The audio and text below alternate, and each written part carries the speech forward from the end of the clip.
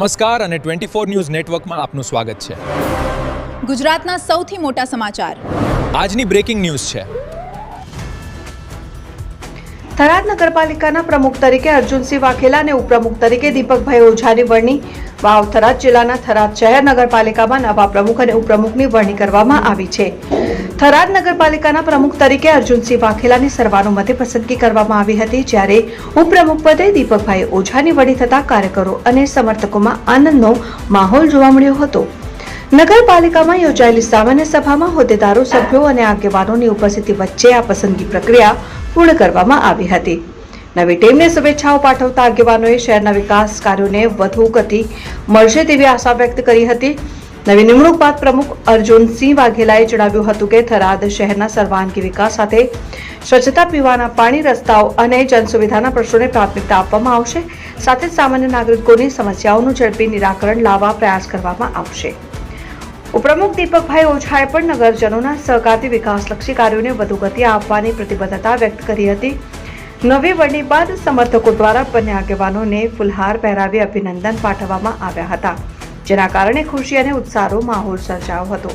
અહેવાલ રાણાભાઈ પારેગી, વાવ, થરાદ।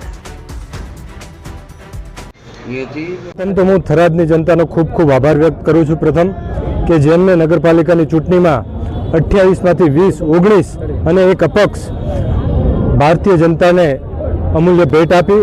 આજે એનો જ નતીજો છે કે ભારતીય જનતા પાર્ટીના શીર્ષ નેતૃત્વ અને આપણા માન્ય મુખ્યમંત્રી શ્રી ભૂપેન્દ્રભાઈ પટેલ સાહેબ અને જગદીશભાઈ વિશ્વકર્મા સાહેબ અને તમામ જિલ્લાના અધ્યક્ષ નરેશભાઈ ઠાકોર સાહેબ અને વિશેષ આભાર વ્યક્ત કરીશ આપણા સૌના લોકલાડીલા અને થરાદના યશસ્વી નેતા એવા આપણા શંકરભાઈ ચૌધરી સાહેબનો અમે સૌ, હું અને અમારી 20 સભ્યોની ટીમ એમને ખૂબ ખૂબ આભાર વ્યક્ત કરીએ છીએ કે જેમને આ પ્રમુખની જવાબદારી અને ઉપપ્રમુખની જવાબદારી મને અને દિલીપ કુમારભાઈ ઓઝાને આપી, એ બદલ એમનો સૌનો ખૂબ ખૂબ આભાર। સાહેબ, નવો જિલ્લો છે, પ્રથમ વખત પ્રમુખ બન્યા છો, થરાદ નગરપાલિકાના લોકોનો કેવા કામ? લોકોના કામ હંમેશા પ્રાથમિકતામાં જ રહ્યા છે ને આવનારા વર્ષોમાં આપ સૌને દેખાઈ આવશે કે કેવા કામો નગરપાલિકા થ્રુ ભાજપની બોડી બેઠી અને સર્વમત અનુમતે એટલે કે 20 સીટો જે પ્રથમવાર હિસ્ટોરિક જીત જે નગરપાલિકાને મળી છે એના કામો જોઈને આપ સૌ જોઈ શકશો કે કેવા કામો થશે।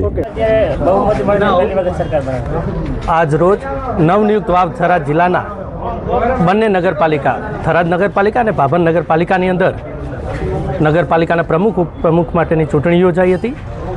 થરાદ નગરપાલિકાના પ્રમુખ તરીકે અર્જુનસિંહ વાઘેલા અને ભાભર નગરપાલિકાના પ્રમુખ તરીકે અમરતભાઈ માળીની નિમણૂક કરવામાં આવી છે।